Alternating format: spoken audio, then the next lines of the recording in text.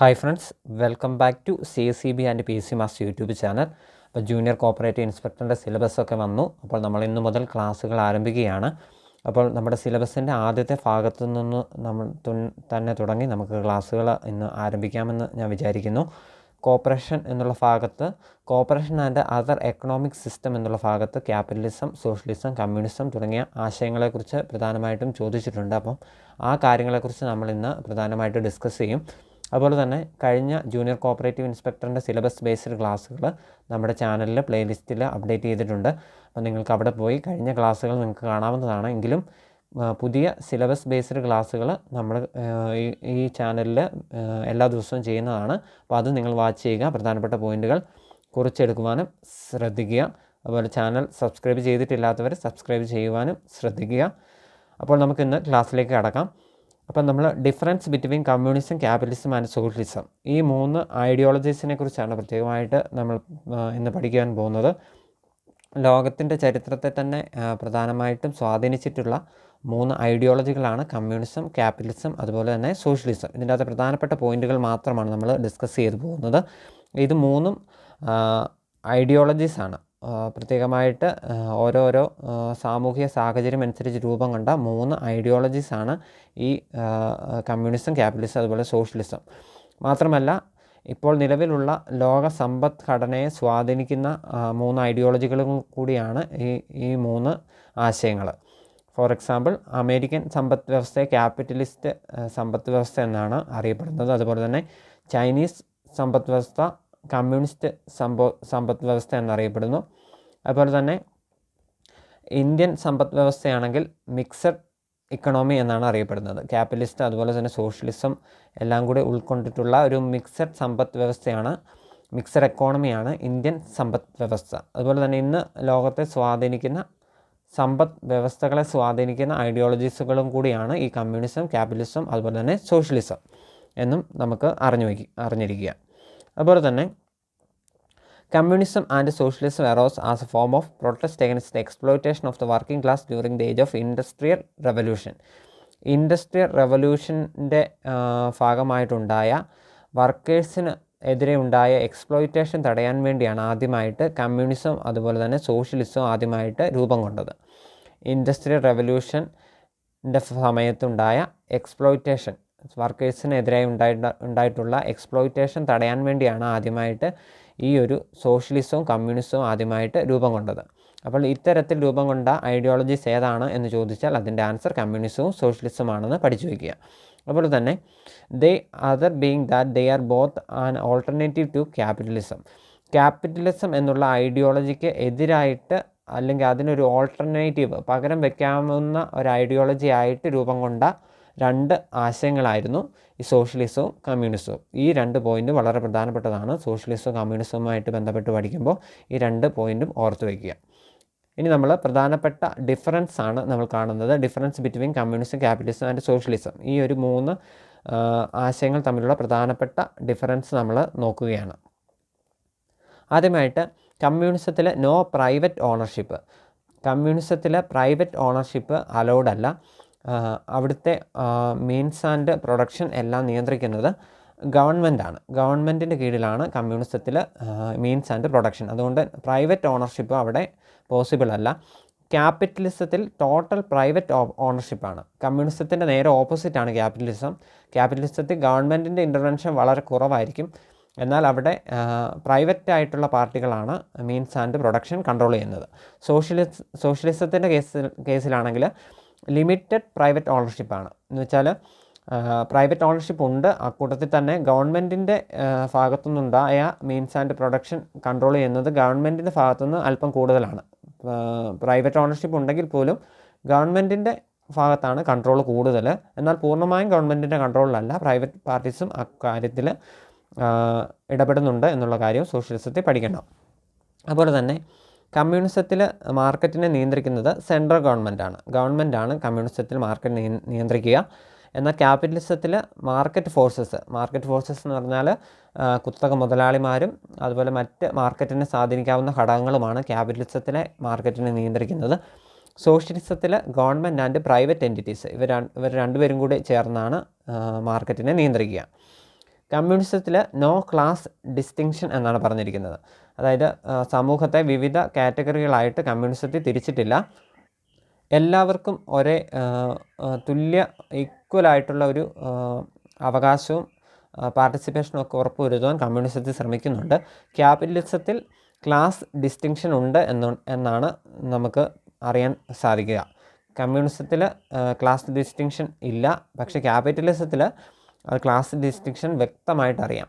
സമ്പത്തുള്ളവരും സമ്പത്തില്ലാത്തവരും മുതലാളിമാരും തൊഴിലാളിമാരും തമ്മിലുള്ള വ്യത്യാസം കൃത്യമായിട്ട് ക്യാപിറ്റലിസത്തിൽ മനസ്സിലാക്കാൻ സാധിക്കും. സോഷ്യലിസത്തിൽ ലിമിറ്റഡ് ക്ലാസ് ഡിസ്റ്റിങ്ഷനാണ്. സോഷ്യലിസത്തിൽ ക്ലാസ് ഡിസ്റ്റിങ്ഷൻ ഉണ്ട് എങ്കിലും അത് ലിമിറ്റഡ് ആയിട്ടാണ് ഉള്ളത് എന്നുള്ള കാര്യം അറിഞ്ഞു വയ്ക്കുക. കമ്മ്യൂണിസത്തിൽ production for basic needs satisfy ചെയ്യാൻ വേണ്ടിയുള്ള പ്രൊഡക്ഷനാണ് കമ്മ്യൂണിസത്തെ മെയിനായിട്ട് ഉദ്ദേശിക്കുന്നത്. ക്യാപിറ്റലിസത്തിൽ പ്രൊഡക്ഷൻ ഫോർ പ്രോഫിറ്റാണ്. പ്രോഫിറ്റ് ഉണ്ടാക്കുക എന്നുള്ള ലക്ഷ്യത്തോടു കൂടിയാണ് ക്യാപിറ്റലിസത്തിലെ പ്രൊഡക്ഷൻ നിയന്ത്രിക്കപ്പെടുന്നത്. സോഷ്യലിസത്തിൽ പ്രൊഡക്ഷൻ ഫോർ സൊസൈറ്റിയൽ നീഡ്സ്, സൊസൈറ്റിയുടെ നീഡ്സ് ആൻഡ് വാണ്ട്സ് അത് സാറ്റിസ്ഫൈ ചെയ്യാൻ വേണ്ടിയാണ് സോഷ്യലിസത്തിലെ പ്രൊഡക്ഷൻ നിയന്ത്രിക്കപ്പെടുന്നത്. ഇനി കമ്മ്യൂണിസത്തിൻ്റെ പിതാവ് എന്നറിയപ്പെടുന്നത് കാറൽ മാർക്സ് ആണ്. ക്യാപിറ്റലിസത്തിൻ്റെ പിതാവ് ആഡം സ്മിത്ത് ആണ്. സോഷ്യലിസത്തിൻ്റെ കേസിൽ കാറൽ മാർക്സ് തന്നെയാണ് സോഷ്യലിസത്തിൻ്റെയും പിതാവ്. കാറൽ മാർക്സ് തന്നെയാണ് സോഷ്യലിസത്തിൻ്റെയും പിതാവ്. എന്നാൽ ചാൾസ് ഫൊറിയർ അതിൻ്റെ അകത്തെ ഒരു പയനിയറാണ്. പയനിയർ ഓഫ് സോഷ്യലിസം എന്ന് ചോദിച്ചാൽ അതിൻ്റെ ഒരു ആൻസറായിട്ട് വരുന്നത് ചാൾസ് ഫൊറിയർ ആണ്. ഇതുപോലെ തന്നെ ഇവിടെ പഠിക്കേണ്ട മറ്റൊരു ആശയമാണ് father of utopian socialism. Father of utopian socialism. Father of utopian socialism എന്ന് ചോദിച്ചാൽ അതിൻ്റെ ആൻസർ റോബർട്ട് ഓവനാണ്. റോബർട്ട് ഓവനാണ് father of utopian socialism. Robert ഓവനാണ് ഫാദർ ഓഫ് ഉട്ടോപ്യൻ സോഷ്യലിസം. നമ്മുടെ കോർപ്പറേഷൻ്റെ പിതാവായിട്ടുള്ള റോബർട്ട് ഓവനാണ് ഉട്ടോപ്യൻ സോഷ്യലിസത്തിൻ്റെ പിതാവായിട്ട് അറിയപ്പെടുന്നത്. അതും പ്രത്യേകമായിട്ട് അറിഞ്ഞിരിക്കുക. അപ്പോൾ ചാൾസ് ഫോറിയർ ഒരു പയനിയറാണ്, സോഷ്യലിസത്തിൻ്റെ പയനിയറാണ്. കാറൽ മാർക്സ് ആണ് കമ്മ്യൂണിസത്തിൻ്റെ പിതാവായിട്ട് അറിയപ്പെടുന്നത്. അദ്ദേഹം തന്നെയാണ് സോഷ്യലിസത്തിൻ്റെ പിതാവായിട്ട് അറിയപ്പെടുന്നത്. ഉട്ടോപ്യൻ സോഷ്യലിസത്തിൻ്റെ പിതാവായിട്ട് അറിയപ്പെടുന്നത് റോബർട്ട് ഓവനാണ് എന്നുള്ള കാര്യം അറിഞ്ഞിരിക്കുക.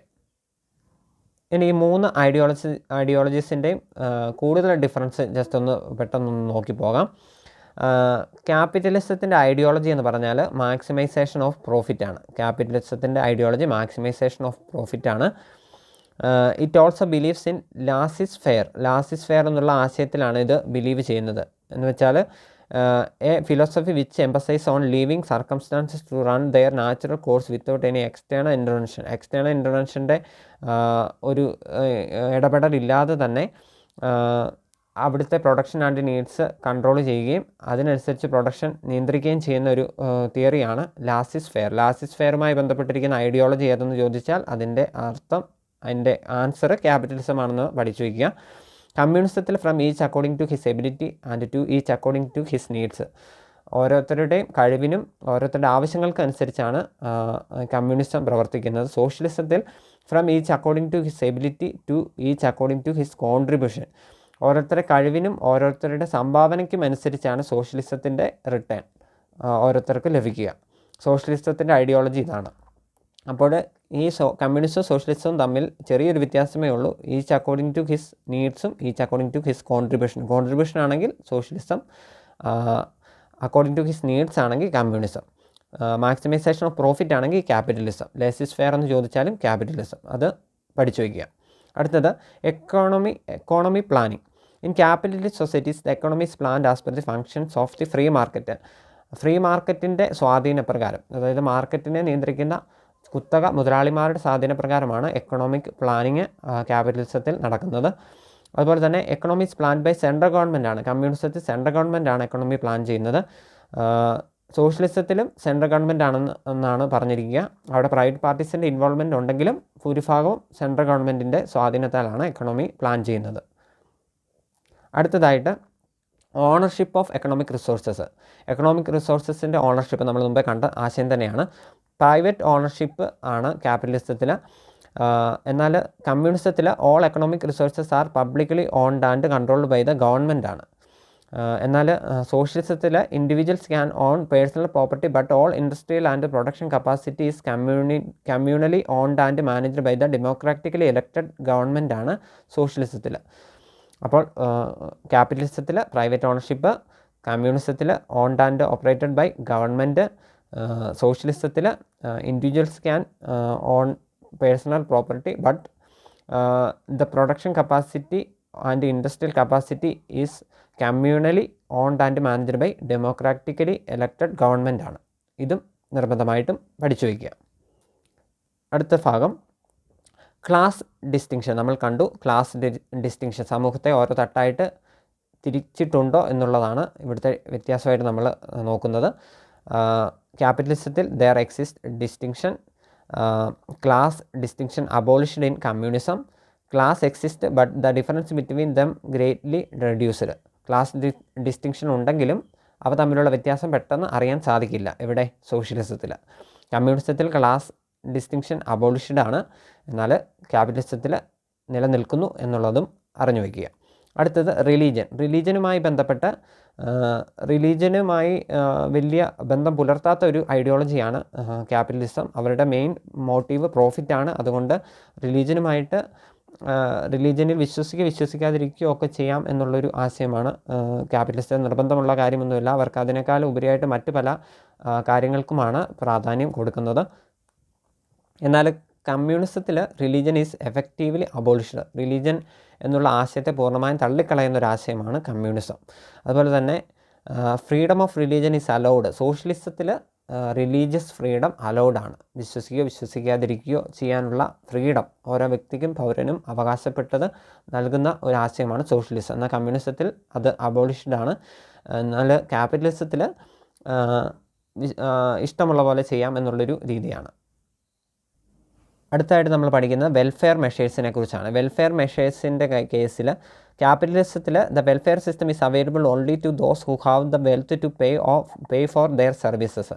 അതായത് നമ്മൾ പ്രകാരം ക്യാപിറ്റലിസ്റ്റ് എക്കണോമിയിൽ ഇൻവോൾവ് ആകുന്നു, അതുപോലെ തന്നെ മാത്രമേ നമുക്ക് റിട്ടേൺ കിട്ടുകയുള്ളൂ. നമ്മൾ എന്തേലും പേ ചെയ്യുന്നോ അതിനനുസരിച്ചുള്ള റിട്ടേൺ മാത്രമേ ക്യാപിറ്റലിസ്റ്റ് കിട്ടുകയുള്ളൂ. എന്നാൽ കമ്മ്യൂണിസത്തിൽ emphasise on public health and education. അതുപോലെ തന്നെ സോഷ്യലിസത്തിൽ the state will be for the welfare of everyone in the society without any discrimination. സോഷ്യലിസത്തിലും കമ്മ്യൂണിസത്തിലും വെൽഫെയർ മെഷേഴ്സ് പബ്ലിക്കിന് വേണ്ടി സൊസൈറ്റിക്ക് വേണ്ടി ഓപ്പണായിട്ട് നൽകുകയും കൂടുതൽ വെൽഫെയർ മെഷേഴ്സ് നൽകുകയും ചെയ്യുന്നു. എന്നാൽ ക്യാപിറ്റലിസത്തിൽ മുതലാളിക്ക് വെൽഫെയറും തൊഴിലാളിക്ക് അദ്ദേഹത്തിൻ്റെ കഴിവിനനുസരിച്ചുള്ള വെൽഫെയർ മാത്രമേ ലഭിക്കുകയുള്ളൂ. കൂടുതൽ മുടക്കുന്നവന് കൂടുതൽ വെൽഫെയർ എന്നുള്ള ഒരു കൺസെപ്റ്റ്, കൂടുതൽ സ്വാധീനമുള്ളവന് കൂടുതൽ സോഷ്യൽ വെൽഫെയർ സ്കീംസ് ക്യാപിറ്റലിസത്തിൽ ലഭ്യമാണ്. എന്നാൽ കമ്മ്യൂണിസത്തിലും സോഷ്യലിസത്തിലും എല്ലാവരെയും അത്യാവശ്യം ഈക്വലായി കണ്ടുകൊണ്ട് എല്ലാവർക്കും ഒരേപോലെ വെൽഫെയർ മെഷേഴ്സ് നടപ്പിലാക്കാൻ ശ്രമിക്കുന്നു.